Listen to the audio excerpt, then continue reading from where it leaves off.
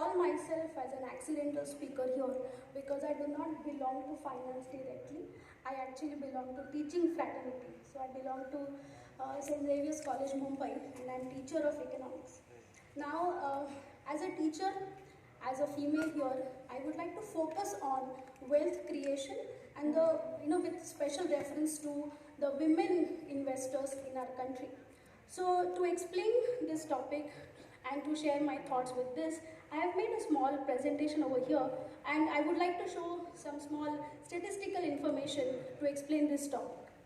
So here, in order to start with, I would like to say that every woman has the potential to become Narayani. So from Nari to Narayani, this process has to be there, and it should happen in the context of every household that we have in our country. Now I remember Honorable Finance Minister Nirmala Sitharamanji to say this in one of our budgetary presentations, that Nari has potential to become Narayani, and in this context only I would like to go ahead with this presentation. So then with special reference to the role of women in wealth creation, what was the situation in past, what is the present situation, and in future what we can do. In past, we have seen our mothers and the females belonging to the older generations to take care of the crop as well as to save in our families. इथे बऱ्याच स्त्रिया बसल्यात आणि पुण्यात येऊन मराठी बोलायचं असं होणार नाही.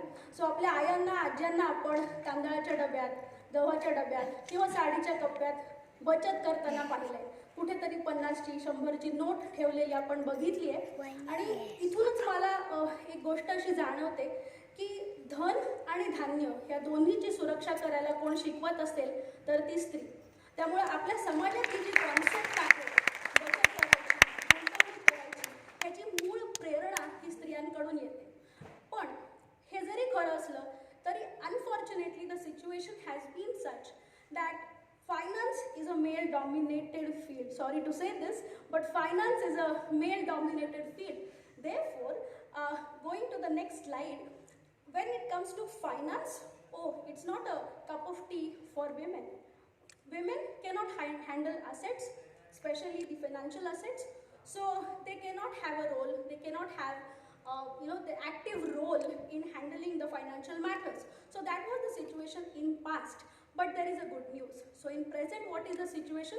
In present, the situation is such that now the number of women coming ahead and investing actively, that is increasing. So women are not just savers, they have become investors, active investors. So according to some of the estimates, here, can I get the other mic? According to some of the estimates, the good news is such that women investors grew by 155% in FY21. So I think this statistic itself shows that now women are playing a very active role in the finance field. They have become active investors. As many as 62% of women investors, they belong to the age group of 26 to 45. This is mainly the age group of working women. Right? So then they are actively playing a role in terms of investing in the markets. 40% increase in women traders has been observed at various trading platforms, and thanks to the work from home culture, which has enabled women in investing, right? Because it gives convenience, it gives freedom, also the time for women to think about their investment plans. Therefore, this culture has actually enabled more women to invest in post-pandemic era. Nextly, the situation has been such that financial independence is there. So if you look at women working and earning in metro cities like Pune, Mumbai, Bangalore, you will find that this financial independence, then user-friendly technology and awareness about the finances, it has given confidence to the women, and therefore as a result of this confidence, it has helped women to become a part of this investment culture. Next, women's traditional saving habits, which I have just mentioned, those habits are complemented by the modern investment practices. So with this good news, we need to also think about some other aspects of this, women investing in the market. So, the other fact related to the investment practices of women are, women still prefer traditional investment options. They like to open FDs. They also go for insurance policies, and most often it is gold. They don't go beyond that. So, finding some other aspects here, women expect high profits in a very short period of time. So I think if you look at behavioral finance, there is a lot of scope to do research in this field. So what are the behavioral aspects that women, most of the women investors have?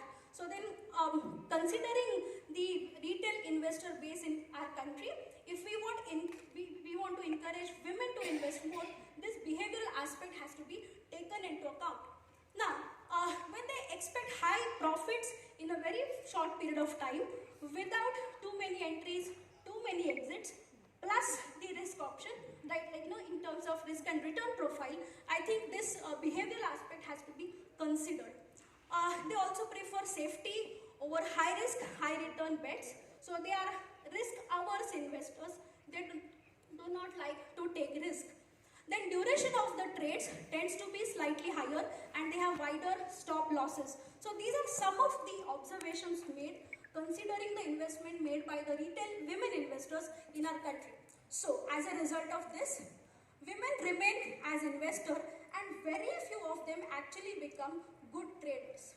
So here I would like to make this difference between an investor and active trader. So that is one thing. Secondly, the investment made by women, it doesn't come out of the safer zones. So it remains as a very safely made investment, which may not be helping market to have sufficient liquidity. So that is another aspect. Therefore, there is a very weak multiplier effect of women's investment. Lastly, women do not access modern financial instruments, and here I think we need to have more and more women-friendly apps and women-friendly technological equipments, so that women will be encouraged to save more, to invest more. Therefore, women of all ages, they should be encouraged to invest in all kinds of options or all kinds of assets. Rural-urban disparity in terms of wealth creation as far as women investors are concerned, that should be addressed, and our financial system should become more inclusive and integrated to bridge this particular gap, and it will also accommodate more women to invest in our financial system. So these are some of the points that I wanted to share with the audience. And coming to the conclusion of my presentation, I would also like to say that in our country, when the finances are concerned, the main problem here is the lack of financial inclusion. We don't have full financial literacy, we don't have full financial inclusion, and therefore a bigger chunk of the population, it is outside this bracket.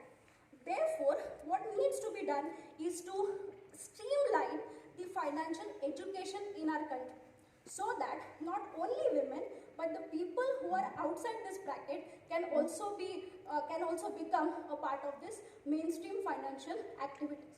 So with this, I would like to stop and thank you all the people, the beautiful and wonderful team of DIPAM, for being such a great and wonderful host. Thank you very much for this opportunity. Thank you very much.